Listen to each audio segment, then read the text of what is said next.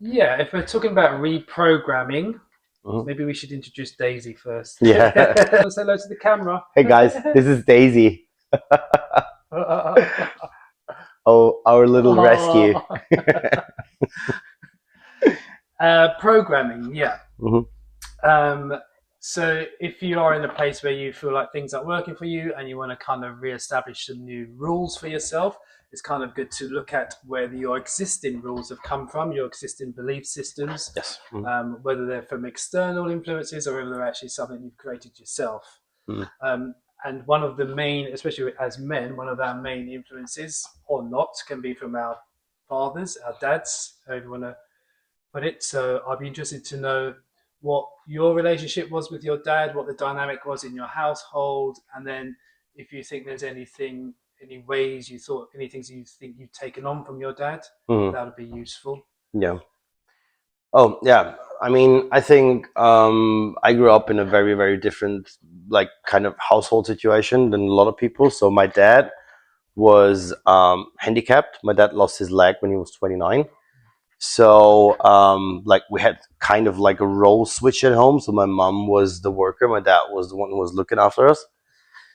So, yeah, and then basically when I was like 7, 8 years old, my parents started with food and beverage. Started with opening a restaurant, which brought my dad really, really close to alcohol and stuff. My mom to a lot of younger men, and what I found out later that my mom had an affair, which was driving my dad crazy. So my dad was like very, very drinking a lot, getting violent against my mom, physical violence. So like my youth was like, yeah, was very, very with my dad not really existing because I hated him back then because he was that kind of an animal and beast in my eyes, treating my mom like that. And How old are you roughly at this time? 9, 10, when it all starts, and it ends when I was 15. Because then I grabbed, like, it was like a situation where I grabbed the knife in the kitchen and said, if you ever touch my mom again, I'm going to kill you. So, and from that moment until I was, let's say, roughly 33, 34, I had like basically zero relationship to my dad. It was always like a high and by because I was very, very, very like I had always these pictures when I saw him, like how he was getting on my mom and stuff.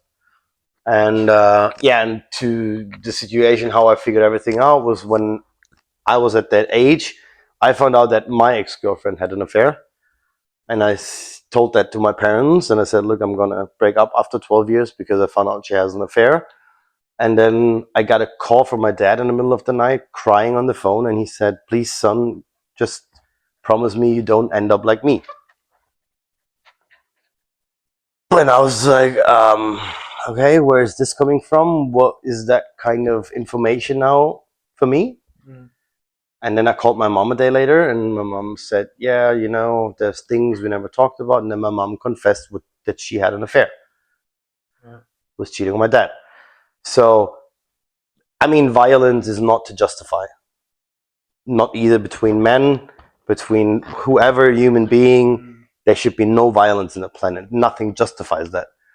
But if you try to understand people, where my dad was coming from, my dad always already was a broken man. Yeah, so he couldn't be there for his family as a man should be, as he Yeah. was told. Yeah. Then you get betrayed by that only person you really need in your life was my mom. Yeah. So, and he lost it. It was just like he had just like no coping skill to handle it better. It's not to excuse. It's just like to try to, like, okay, where was what it coming from? How comes he was in a wheelchair? Huh? How Sorry. come he was in a wheelchair? He lost his leg by he had arterial blood flow problem Right.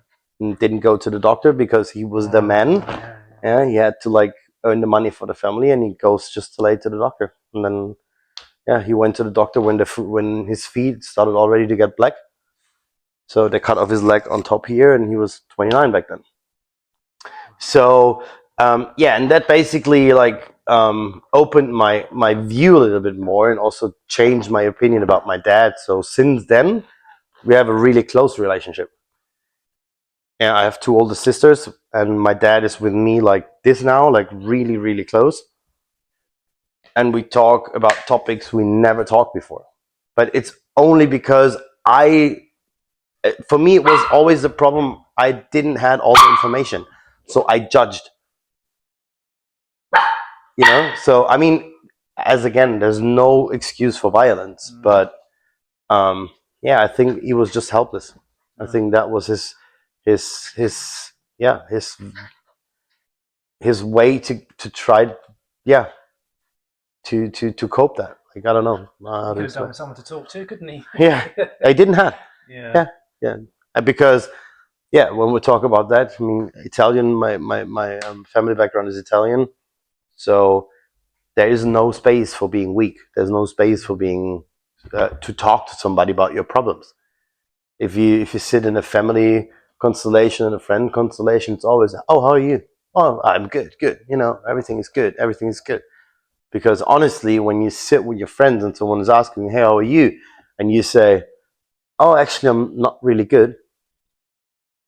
People turn over and just like leave the conversation because nobody wants to hear bad news. Yeah.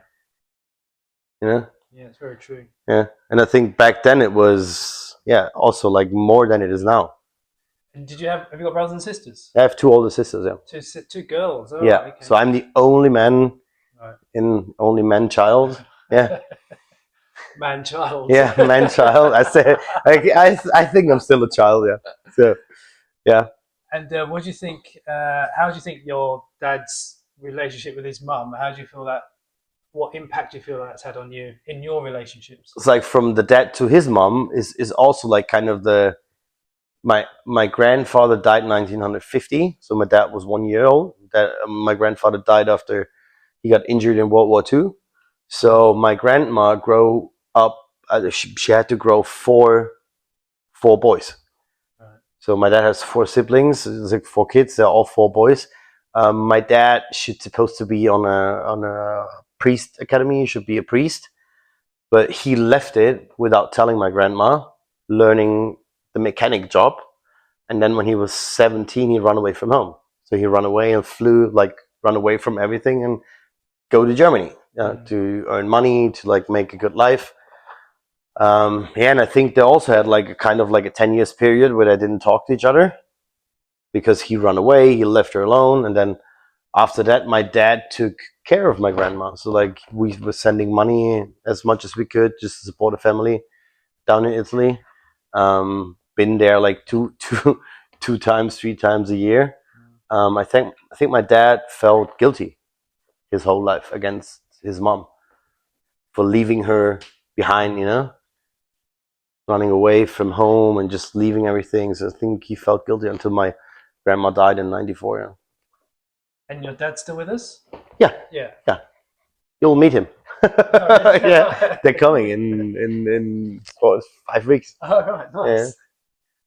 Yeah. And did you answer about how you feel like it's affected your relation, how it's impacted your relationships with women?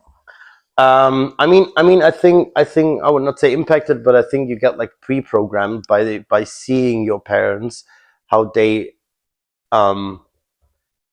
doing their relationship, So I mean, you see your parents while you're growing up, and when you get in your first relationship, you think this is 100% you can reach, because that's a relationship you see your whole childhood growing up. Right. It's the only relationship we see, basically. And then you get first time in love, and you think, okay, like a relationship between man and woman has to be like my mom and dad did it.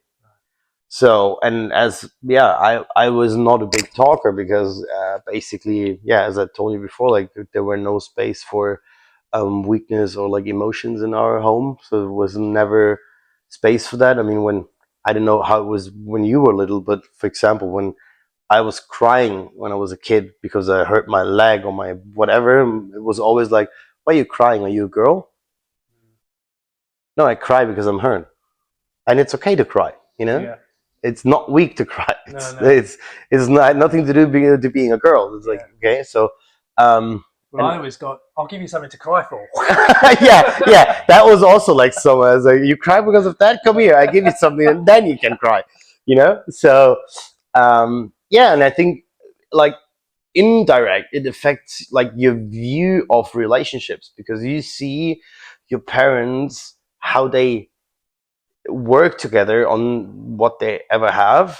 And I think, yeah, we take that and we want to reach the same level. For me, for example, I was always in my relationships, looking back, because yeah, it's a process you have to go through. It's like to reflection. I was always, I wanted to make work everything. Yeah. Yeah. So it's like I had a very 12-year toxic relationship, and I should like go out of that like after 3 months already. But I wanted to make it work, you know? So I was always, oh, I have to make that work. I'm the man. It's on me. I have to make that work. Yeah. So because That's what you saw with your parents? yeah, because they make it work. Like my mom didn't left my dad. They're still together for whatever he did to her. Yeah. And I don't think it's love. I think it's just um it's it's not love, it's about like duty, Yeah. It's, oh, we married, we have to. That's their generation. My dad is 76, my mom is 70s, so they're like, so um and I saw that. And in my opinion, so in my view of relationship, of healthy relationship, was okay, no problems. Yeah, whatever happens, just don't talk about it, just make it work. That's what you have to do. Just make it work. And so, did that lead to any kind of depression? Do you know about depression? Oh yeah, I mean, I think my first really depression, like really, really heavy depression, was after the breakup. Like after I found out that my ex girlfriend had an affair. Um, yeah, and it was still like, like I didn't talk about like for 6 months. I was just like in such a dark space, mind wise, thought wise, what you were thinking about. I was thinking about, yeah, is it still worth it to carry on? Wouldn't it be better just to end all that shit, like suicidal thoughts? I mean, I would say I would never do that, because I'm very like, I'm too much of a pussy, like to hurt myself, I could never harm myself. Too much of a pussy. Yeah. No, what do you mean by that? No, like too much of like, like I consider myself too weak for that. I could not hurt myself. Because I think you need very, very a lot of courage to like hurt yourself. I mean, try to pinch yourself.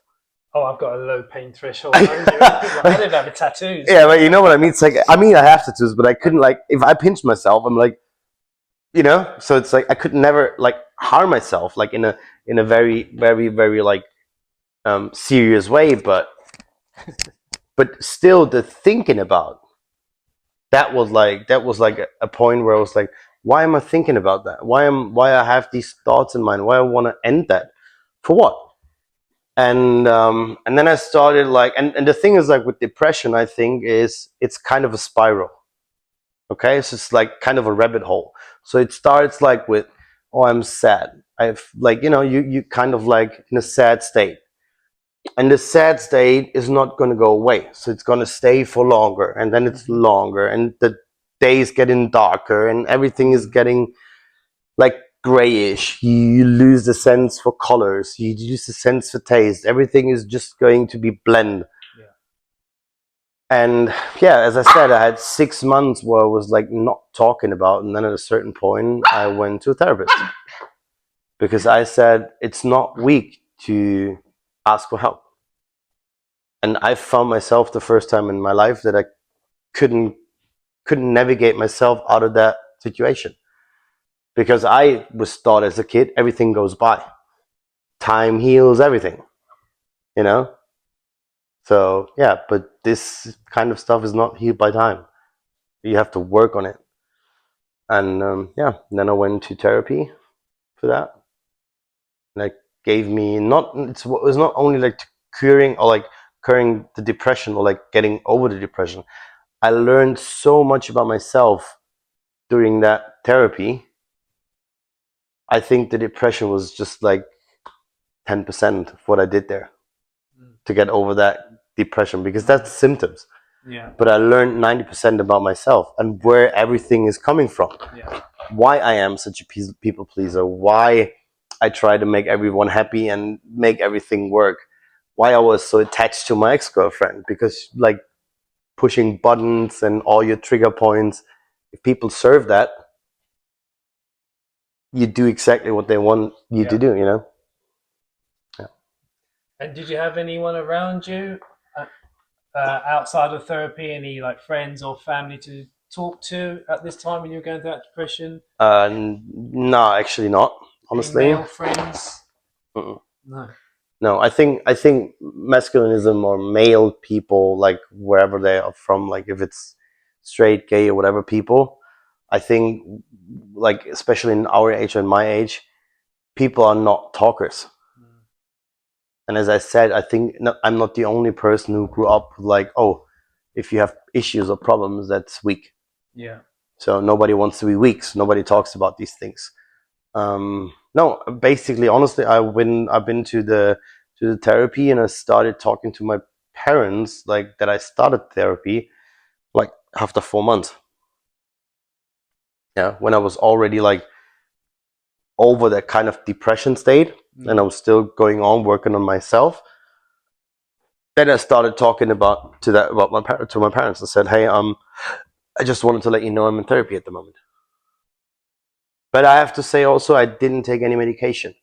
So because that's also very, very dangerous point in my opinion. Like um, because when you consider have like some mental issues, the first thing doctors do is like put you on, yeah, Valium, Xanax, or whatever. It's because they're on commission. Right? Yeah, of course they earn money with that. But I said, look, I don't want to have any medication. I want to go as clear as possible Good through for all of you. that. Yeah, so I didn't take any kind of psychopharmac, Right. nothing. That must have made it tougher. Yeah, yeah. Because you like what these kind of like medication does, it's just mellows you down, so you don't feel anything that kind of way like 100%, you know. So it's like, but yeah, going through that therapy, like being sober, that was rough, was, yeah, because it was like, yeah, childhood trauma. I would say 90% of that was the situation with my dad. Right.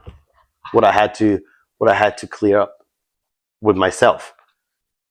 Yeah, forgiving me for not helping my mom at that moment, for not be able to help my mom. You know, later in life, yeah, I got a girlfriend. She came out of a violent relationship. Yeah, I was wanted to make it work. You know, so yeah, it's like, Forgiving is healing. yeah, absolutely. And also learning to moving on, to just like say, okay, that's what happens in life, and also forgiving yourself that this situation would happen between my mom and my dad. I couldn't control it back then. Whatever I would have done in that moment, I couldn't control it. I did already more than I actually could do as a 7 or 8 or 9 year old. It's amazing how kids feel like they're responsible for their relationships. It's crazy. It's like, but it's. I think you only start realizing that when you're like in your grown up life going through some shit, and then you start working on that and reflecting, and then you see like, why did I fucking feel so responsible back then? Maybe it's because kids are really self-centered and they think everything's about them. Yeah, of course. I felt bad about because I couldn't protect my mom. Yeah. But I was a 7 years old. I had like 20 kg on the like. What should I do? Yeah. I was, I was a kid. I was not even able to sustain myself. So how could I protect my mom? But you feel that kind of like pressure. You feel like, why didn't I help? Why couldn't I help her? Why do I let him do that? Yeah. Did you ever go back to that kid, that 7-year-old kid, and speak to that 7-year-old version of you? Oh, you have to, like when you go through. You do that. Yo, of Yeah. course. When you go I had like I read one really good book would help me a lot through this kind of like depression state. And it's called Your Inner Child Needs a Home. And I could cry like just telling about the book, because it opens, like it gives you a view, why are you acting as a grown-up person as you act every day, because it's still like your inner child just screaming for whatever it didn't get back then. Yeah. So, and part of this therapy was also like to do like a kind of these meditation things, and just go in a meditation state and meet your inner child and meet him and say like, hey, it's okay. Yeah. It was not your fault. Yeah. Yeah. So because he's still in there, in every one of us, and still there and crying and being sad about not protecting his mom from a very violent father back then. And this is like this comes out every day in your life if you're not going back and forgive him. Yeah. So yeah, but this was basically like, yeah, the thing what got me through that depression, like the inner child thing. Yeah. Yeah, an amazing experience. Mm. And you said that was the first time you experienced depression with the breakup? Yeah. I think maybe like, it's hard to say if it's the first time, but I would say it's the first really heavy one. Mm. I think you can be also depressed if like you have like a phase where like things not going that well in your life, job wise, or like, sometimes also working when I get really sometimes I get unsatisfied, like, I want to do so much at work and I want to try to push things through, and then things are not working out, and I'm also getting into like a kind of like sad state. And I think also there could be like a kind of a micro depression. Yeah. But like the one with the relationship, that was the biggest one I had.